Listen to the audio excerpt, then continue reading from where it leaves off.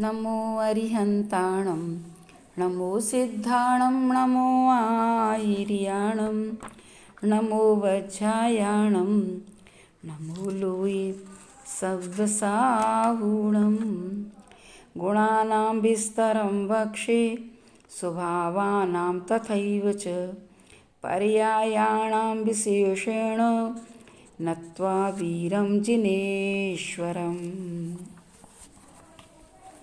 कल अपना विषय थोड़ा चल रहा था ना, अगुरु लघु गुणों के जो अविभागी प्रतिषेध होते हैं। तो कल अपन ने थोड़ी सी जानकारी की थी कि जैसे जीव रूपी राजा है और उसके पास तो अनंत गुण हैं, लेकिन एक गुण है अगुरु लघु गुण, जिस गुण के पास में अनंत अविभागी प्रतिषेध होते हैं और वो खजांची कहना चाहिए, खजाने का मालिक है, वो सबको अविभागी प्रतिषेधों को देता है कि किसको कितना देना चाहिए। इसके लिए अपन एक उदाहरण से और समझ सकते हैं। जैसे मान लो हम भोजन करते हैं, तो भोजन एक शक्ति है ना, शक्ति। हमने भोजन किया, अब वो भोजन अंदर जाने के बाद फिर उसके कितने उस भागों में बंटवारा हो जाता है, एक शक्ति का। ऐसे अगुरु लघु गुण में जो अविभागी प्रतिषेधों के शक्ति अंश हैं, वो अपने अपने हिसाब से अपने अपने गुणों को दे दिया जाता है। इस तरीके से भी अपन इसको समझ सकते हैं। देखो, अगुरु लघु गुण एक तो सामान्य गुण है, 6 द्रव्य होते ना, अस्तित्व, वस्तुत्व, द्रव्यत्व, प्रमेयत्व, अगुरु लघुत्व और प्रदेशत्व। तो ये अगुरु लघुत्व गुण, तो ये सामान्य गुण की बात कही जा रही है। और एक अगुरु लघु गुण कर्म में आता है। नाम कर्म के अपन भेद पढ़ो तो अपन पूर्वान अगुरु लघु उपघात परघात आता है ना शब्द, तो उसमें अगुरु लघु आता है, वो तो नाम कर्म की वजह से है। और एक अगुरु लघु गुण उच्च गोत्र कर्म के अभाव से जो सिद्धों में प्रकट होता है, वो अगुरु लघु गुण अलग है। तो यहाँ पर कौन से अगुरु लघु गुण की बात कही जा रही है, समझ लेना। यहाँ पर सामान्य गुण वाले अगुरु लघु की बात कही जा रही है। जो नाम कर्म के अंतर्गत आया है उस अगुरु लघु का वर्णन इसमें नहीं है, और जो गोत्र कर्म के अभाव से सिद्धों में प्रकट हुआ है उस अगुरु लघु गुण के बारे में बात नहीं कही जा रही। यहाँ जो अगुरु लघु गुण सामान्य गुण है, जो सब द्रव्यों में पाया जाता है, तथापि संसार अवस्था में कर्म परतंत्र जीवों में उस स्वाभाविक अगुरु लघु गुण का अभाव हो जाता है, क्यों कर्माधीन हो जाता है। इस कारण से कर्म की प्रमुखता हो जाती है। लेकिन जो द्रव्य स्वभाव में रह रहे हैं उनके परिणमन में अगुरु लघु गुण ही काम करता है। लेकिन एक बात ध्यान रखें कि उस अगुरु लघु गुण का जो है, भले अभाव माने, अपन गौण ही मानना चाहिए, लेकिन स्वभाव का विनाश मानने पर जीव द्रव्य का विनाश प्राप्त होता है। यदि हमने अगुरु लघु गुण का अभाव मान लिया तो लक्षण के विनाश होने पर लक्ष्य का विनाश होता है, ऐसा न्याय भी है। तो ऐसी बात यहाँ नहीं है। देखो, अगुरु लघु गुण के विनाश होने पर जीव का विनाश नहीं होता, क्योंकि जीव का लक्षण क्या है, उपयोगो लक्षणम, ज्ञान और दर्शन है। तो ज्ञान और दर्शन को छोड़कर अगुरु लघुत्व जीव का लक्षण नहीं है। वह आकाश आदि अन्य द्रव्यों में भी पाया जाता है और अनादिकाल से कर्म नौकर्म से बंधे हुए जीवों के कर्मोदयकृत अगुरु लघुत्व है। किंतु मुक्त जीवों के कर्म नौकर्म की अत्यंत निवृत्ति हो जाने से पूरे द्रव्य कर्म, भाव कर्म, नौकर्म से मुक्ति हो जाने पर फिर जो स्वाभाविक अगुरु लघु का आविर्भाव हो जाता है, ऐसा आचार्य भगवंत ने धवला ग्रंथ में कहा है। तो आचार्य भगवंत ने जो कहा है, अपने उस चीज़ को स्वीकार कर लेना चाहिए। अब 6 वृद्धि और 6 हानि में जो अनंत का प्रमाण संपूर्ण जीव राशि है, असंख्यात का प्रमाण असंख्यात लोक है, और संख्यात का प्रमाण उत्कृष्ट संख्यात जानना चाहिए। ये तीनों चीज़ें समझ लेना। देखो, अनंत का प्रमाण में क्या लिया? संपूर्ण जीवराशि ली। असंख्यात के प्रमाण में असंख्यात लोग। संख्यात का प्रमाण उत्कृष्ट संख्यात जानना चाहिए। ये समझ लेना, ये अलौकिक गणित है। अब अलौकिक गणित तो समझना ज़रा कठिन होता है, लेकिन आचार्य भगवंत ने इसमें आलाप पद्धति में बहुत अच्छी ढंग से अंक गणित के माध्यम से समझाया। मान लो अगुरु लघु गुण के अविभाज्य प्रतिच्छेदों का प्रमाण कितना है? तो कह दिया 12,000 है। ठीक है, शुद्ध हिंदी बोलेंगे। और संख्यात का प्रमाण कितना है? अब देखो, ये तो अविभाज्य प्रतिच्छेदों का प्रमाण आ गया, ध्यान से रखना इस चीज़ के लिए। 12,000। संख्यात का प्रमाण कितना बता दिया? 3। असंख्यात का प्रमाण कितना बता दिया? 4। और अनंत का प्रमाण 5। ठीक है, समझ लेना। अब इसी में अपन वृद्धि हानि सब इसी में करना है। अब मान लो हमारे लिए क्रमशः भाग वृद्धि करना है, तो कैसे करेंगे हम? 12,000 में 5 का भाग दे दो, तो 5 का भाग देंगे तो कितना आ जाएगा लब्ध? 2400 आ जाएगा। अब उस 2400 को 12,000 का अनंत भाग कितना आ गया? 24वां। अब उस अनंत में भाग रूप 2400 को 12,000 में जोड़ दो, तो कितना आ गया अपना? जोड़ने पर 14,400 हो गए अपने लिए। ये अनंत भाग वृद्धि हो गई है। ऐसे ही 12,000 में असंख्यात रूप 4 का भाग दे दो, तो 3,000 आएंगे। अब उन 3,000 को आप 12,000 में जोड़ दो, तो कितने हो जाएंगे? 15,000 बन जाएंगे। अब असंख्यात भाग वृद्धि हो गई है। अब अपने संख्यात भाग वृद्धि लाना है, तो 12,000 में संख्यात रूप 3 का भाग दे दो, तो कितना आ गया? 4,000। अब वो 4,000 जो संख्यात भाग आया है उसको 12,000 में जोड़ दो, तो कितना आ गया? 16,000 आ गया। तो ये क्या हो गया? संख्यात भाग वृद्धि हो गई है। तो ये तो हो गई अपनी क्रमशः अनंत भाग वृद्धि, असंख्यात भाग वृद्धि और संख्यात भाग वृद्धि। इसी तरीके से हम गुण वृद्धि करेंगे। अब गुण वृद्धि करेंगे तो गुणा करना पड़ेगा। तो 12,000 को हम संख्यात रूप पहले 3 से गुणा कर दें, तो 12 3 36, तो 36,000 हो गए। तो ये हमारी संख्यात गुण वृद्धि हो गई। 12,000 में हमने 4 का गुणा किया तो 12 चौक 48, तो 48,000 हो गए। ये असंख्यात गुण वृद्धि हुई। और 12,000 को हमने अनंत रूप 5 से गुणा कर दिया, तो 12 पंच 60, तो 60,000 अनंत गुण वृद्धि प्राप्त होती है।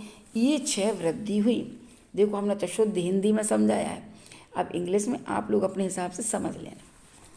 अब देखो, ये तो हमने 6 भाग वृद्धि और 3 भाग वृद्धि और 3 गुण वृद्धि, तो 6 हो गई वृद्धि रूप में। अब हानि में कैसे चलेंगे? अपन इनको कम करेंगे। अब जैसे अपन ने 12,000 में अनंत रूप 5 का भाग दिया तो 2400 आया। अब 2400 को 12,000 में से घटा दो, अपन कम कर देंगे तो 96,000 बचेगा। तो ये हमारी अनंत भाग हानि हो गई। 12,000 को 4 असंख्यात का भाग दिया ना 4 के अंक से, तो 3,000 आया। तो 12,000 में से 3,000 कम कर दो तो 9,000 बचे। ये असंख्यात भाग हानि हो गई। तो 12,000 को 3 से फिर अपन भाग देंगे तो 4,000 आया। तो 12,000 में से 4,000 कम कर दो तो 8,000। ये हमारी संख्यात वे भाग हानि हो गई। अब इसी तरीके से 12,000 को अपन ने भाग दे दिया, तो 3 का भाग देने पर 4,000 लब्ध होता है, तो उसमें से घटा दिया तो हमने संख्यात गुण हानि हो गई थी। अब अपने लिए क्या करना है? 12,000 को असंख्यात भाग रूप 4 का भाग देना है, तो वही 3,000 आएगा। तो 12,000 में से घटाकर मात्र 3,000 शेष रह जाना। ये अपना क्या? असंख्यात गुण हानि है। ऐसे ही 12,000 को अनंत रूप 5 का भाग देने पर 2400 लब्ध आए, तो मात्र 2400 रह जाना, ये अनंत गुण हानि है। और संख्यात में कितना बचा था? मात्र 4,000 रह जाना। ये अपनी गुण हानि है, तो ये भाग हानि हो गई उसको घटाने के बाद, और गुण हानि में अपन ने क्रमशः उतना घटा दिया कि इतना ही शेष बचना है, वो गुण हानि। इस प्रकार से ये क्या हो गई, 6 हानियाँ हो गई हैं। आचार्य भगवंत कहते हैं कि अंगुल के असंख्यातवे भागवार अनंतवे भाग वृद्धि होने पर एक बार असंख्यातवे भाग वृद्धि होती है। अब देखना थोड़ा सा, ये तो अंक गणित से तो आपको समझ में आ गया, लेकिन अब थोड़ा अलौकिक गणित भी देखें कि कब कितनी भाग वृद्धि होती है। तो कहते जब अंगुल के असंख्यातवे भागवार अनंत भाग वृद्धि हो जाए, अनंत भाग वृद्धि कितनी बार हो रही है, अंगुल के असंख्यात भागवार, तब जाकर के एक बार असंख्यात भाग वृद्धि होगी। और पुनः अंगुल के असंख्यात भागवार अनंत भाग वृद्धि होने पर फिर एक बार असंख्यात भाग वृद्धि होगी। इस प्रकार अंगुल के असंख्यातवे भागवार असंख्यातवे भाग वृद्धि हो जाएगी, तब कहीं जाकर के एक बार संख्यातवे भाग वृद्धि होगी। सोचो कितनी बड़ी बात है। अब इसके लिए थोड़ा सा यदि आप लोगों ने ये अपना है त्रिलोक सार, आचार्य भगवंत नेमिचंद्र महाराज जी का है, उनके त्रिलोक सार में आप जो शलाका प्रतिशलाका आदि का वर्णन किया है और उदाहरण दिया है, उससे यदि आप समझ सको तो उसमें देख सकते हो कि जब इतनी शलाकाएँ इसमें डालो तब एक शलाका इसमें डलेगी प्रतिशलाका, जब इतनी शलाकाएँ इसमें डालो जब प्रतिशलाका, फिर वो क्रम से कुंड भरते हैं, ऐसा उसमें वर्णन आया है। वही चीज़ यहाँ पर कही जा रही है। थोड़ा सा देखो, भगवान की वाणी है, श्रद्धा रखना, श्रद्धा से अपनी बुद्धि में समझ में आए सो ठीक है, लेकिन कहना भगवान आपने जो कहा बिल्कुल सत्य कहा है, मुझे नहीं आ रहा समझ में, कोई बात नहीं, लेकिन मेरे भगवान ने जो बात कही है वो बिल्कुल सत्य कही है, मेरी बुद्धि का विषय नहीं बन रहा, कोई बात नहीं, लेकिन जो बात है वो उन्होंने सत्य कहा। अब देखो संख्यात भाग वृद्धि हो गई। पुनः पूर्वोक्त प्रकार अंगुल के असंख्यात विभागवार असंख्यात विभाग वृद्धि होने पर एक बार संख्यात विभाग वृद्धि होती है। इस प्रकार अंगुल के असंख्यात विभागवार संख्यात विभाग वृद्धि होने पर एक बार संख्यात गुणी वृद्धि होती है। तो ये विषय थोड़ा क्लिष्ट तो है, लेकिन फिर भी जितना समझ सको समझना, लेकिन श्रद्धान में कमी नहीं लाना। श्रद्धान तो पूर्ण होना चाहिए कि मुझे अपने भगवान की वाणी पर पूर्ण विश्वास है, भले मेरे ज्ञान का विषय नहीं हो रहा है, लेकिन मुझे पता है कि जो भगवान ने कहा वो सत्य का है। इस प्रकार अंगुल के असंख्यात विभागवार संख्यात विभाग वृद्धि होने पर एक बार संख्यात गुण वृद्धि होगी। पहले भाग वृद्धि करवाई, अब गुण वृद्धि करवाई, एक बार संख्यात गुण वृद्धि होती है। इस प्रकार अंगुल के असंख्यात विभागवार संख्यात गुण वृद्धि होने पर एक बार असंख्यात गुण वृद्धि होती है, और अंगुल के असंख्यात विभागवार असंख्यात गुण वृद्धि होने पर एक बार अनंत गुण वृद्धि होती है। इस प्रकार 6 वृद्धि होने पर इसी तरीके से 6 हानियाँ भी होती हैं। तो इसको समझ लेना। तो इस तरीके से आचार्य भगवंतों ने ये विषय अलौकिक गणित को समझाया है, लेकिन अपन को अंक गणित से बहुत अच्छे से समझ में आ गया है। एक षट स्थान पतित वृद्धि में अनंत गुण वृद्धि एक होती है। असंख्यात गुण वृद्धि कांडक प्रमाण अर्थात अंगुल के असंख्यात विभाग प्रमाण होती है। इस प्रकार से संख्यात वृद्धि कांडक इंटू ये सब करके इन्होंने विषय निकाला है। यदि आप लोगों में जो भी इनको मैथमेटिक्स अच्छा आता हो या अलौकिक गणित देखा हो, जिन्होंने त्रिलोक परिणति त्रिलोक सार को पढ़ा हो, तो थोड़ा सा ये विषय उसको लेकर के आप हल कर सकते हो। तो इसी प्रकार एक षट स्थान पतित हानि में अनंत गुणहानि, असंख्यात गुणानि, संख्यात गुणानि, संख्यात भागानि, असंख्यात भागानि, अनंत भागानि का प्रमाण जान लेना चाहिए। अब देखो इनमें भी एक वो दी है, संज्ञा दी है। जैसे अनंत भाग वृद्धि की उर्वक संज्ञा 3 है, असंख्यात भाग वृद्धि की चतुरंक 4 है, संख्यात भाग वृद्धि की पंचांक 5 है, संख्यात वृद्धि की षडक 6 है, असंख्यात वृद्धि की सप्तांक है और अनंत गुण वृद्धि की अष्टांक है। इस तरीके से इन्होंने ये संज्ञाओं को दे करके विषय को प्रस्तुत किया है। वैसे इसको और अन्य ग्रंथों में भी अपन खोजना चाहें तो मिल जाएगा, लेकिन यहाँ तो प्रमुखता से आचार्य देवशयन महाराज ने तो सूत्रात्मक कहा था, लेकिन जो हिंदी हमारे आचार्य भगवान के सूत्रों का हिंदी करने वाले पंडित रतनचंद जी जैन रहे हैं, उन्होंने इसका हिंदी अनुवाद किया है अपनी बुद्धि से, तो उसको समझ लेना चाहिए। ठीक है, तो ये तो हो गई स्वभाव अर्थ पर्याय की व्याख्या। अब आचार्य भगवंत विभाव अर्थ पर्याय की व्याख्या करते हैं। कभी ये मत समझना कि इतना क्लिष्ट विषय है इसमें तो हमको तो नहीं पढ़ना, कभी ये भाव मत लाना। कुछ समझ में आए या ना आए, लेकिन जिनवाणी माँ को जरूर सुनना और जरूर पढ़ना, बड़ी श्रद्धा से पढ़ना। श्रद्धा पूर्वक जिनवाणी के अक्षरों को सुना जाए, देखा जाए, पढ़ा जाए। इस भाव में समझ में आए या ना आए, आचार्य भगवंत कहते हैं अगले भाव में तुम्हें बिना पढ़े ही वस्तु तत्व समझ में आ जाएगा। प्रभु की वाणी को बहुत जल्दी समझ में आ, क्योंकि इस भाव में तुमने बड़े विनय पूर्वक प्रभु की वाणी को सुना है, पढ़ा है। इसलिए एक कठिन विषय हो करके भी भले हमें समझ में नहीं आया, लेकिन जितना भी आया उसको बड़े श्रद्धा में रख करके काम करोगे तो बहुत अच्छी बात रहेगी। ठीक है, अब आगे विभाव अर्थ पर्याय कहते हैं। विभावार्थ पर्यायाः षड्विधाः मिथ्यात्व, कषाय, राग, द्वेष, पुण्य, पाप रूपाध्यवसायाः। विभाव अर्थ पर्याय के इन्होंने 6 भेद किए, षड्विधा का। कौन कौन से? मिथ्यात्व, कषाय, राग, द्वेष, पुण्य और पाप। ये 6 अध्यवसाय विभाव पर्याय हैं। अब विभाव क्यों कह दिया? क्योंकि कर्म सापेक्ष है, कर्म सापेक्ष के अपेक्षा से ये सब घटित हो जाता है। मिथ्यात्व, कषाय आदि रूप जीव के परिणामों में कर्मोदय के कारण जो प्रति समय हानि और वृद्धि होती रहती, कभी कषाय की तीव्रता, कभी कषाय की मंदता, ये सब विभाव अर्थ पर्याय।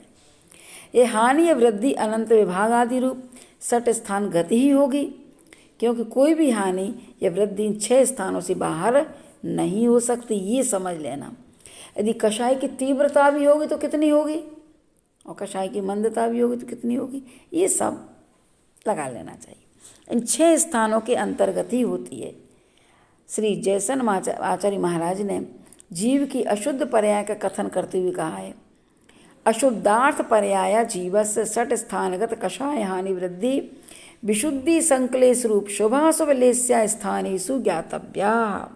पंचास्तिकाय गाथा नंबर 16 की टीका में कहा, कषायों की षट स्थानगत हानि वृद्धि होने से विशुद्ध या संक्लेश रूप जो शुभ और अशुभ लेस्याओं के स्थानों के बीच की जो अशुद्ध विभाव अर्थ पर्याय जान लेना चाहिए। तो अपने आप कषाय के माध्यम से हीन अधिक तो चलती रहती है। कषाय के स्थान तो ये रहते ही हैं, उन स्थानगत विशुद्धि से कषाय की मंदता में विशुद्धि बढ़ती है, कषाय के संक्लेश में कषाय की मंदता में संक्लेश होता है, और उन्हीं में शुभ और अशुभ लेस्या स्थान बनते हैं। तो इनको भी समझना, कभी अवसर मिलेगा तो जीव कांड में बहुत अच्छा वर्णन लेस्याओं का दिया है, कभी प्रसंगवत वो बताएंगे। और पुद्गलस्य विभावार्थ पर्याय द्वणुकादि स्कंदेषु वर्णांतरादि पर्णमन रूपा, ये तो जीव की बता दी। और पुद्गल की विभावार्थ पर्याय क्या है? 2 अणुकादि मिल जाना, जितने स्कंद है ना, ये सब विभावार्थ पर्याय। वर्णादि में अन्य वर्णादि होने रूप, रंग बदल रहा है, हरे से पीला हो गया, पीले से काला हो गया, ये विभावार्थ पर्याय है। इस तरीके से लगा लेना चाहिए। इस प्रकार जीव के लेस्या रूप परिणामों में और पुद्गल स्कंदों के वर्णादि में जो जो प्रतिक्षण परिणमन होता है वो सब क्या होता है, वो सब विभाव अर्थ पर्याय कहलाती हैं। इसको समझ लेना चाहिए। इसलिए आज इतना ही रखें अपन। इति अर्थ पर्यायः।